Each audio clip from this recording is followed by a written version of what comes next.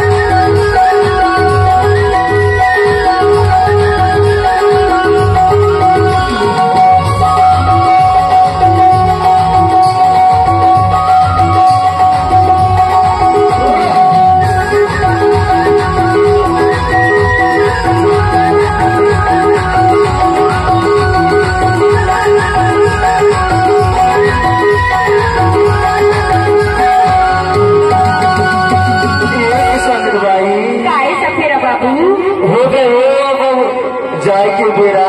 अरे सुनना सफेरा बाबू, अरे बताना। आज घर को घर जाते कहीं तो अच्छा तह घर में रुक आज तह काम करवागी। अरे सुनना यार घर में रुक जा नहीं है कोनो ऐसे बाबू तो कहीं तो सफेरा सारे भाई पे हम कहीं तो तार घर में रुक जाते हो। अरे यार घर रुक जाते तो बने बने ना। हाँ बने बने गुठिया ले कर कहीं तो ऐसे तब तो कहीं तो। हाँ बता रहा हूँ जाने सफेरा बाबू। अरे बड़ा गुठिया जो मन करती है ऐसे तब तो कहीं तो। हाँ यार घर में रुक जा। हाँ जाने आना बैठे ऐसे हाँ सफेरा बाबू। यार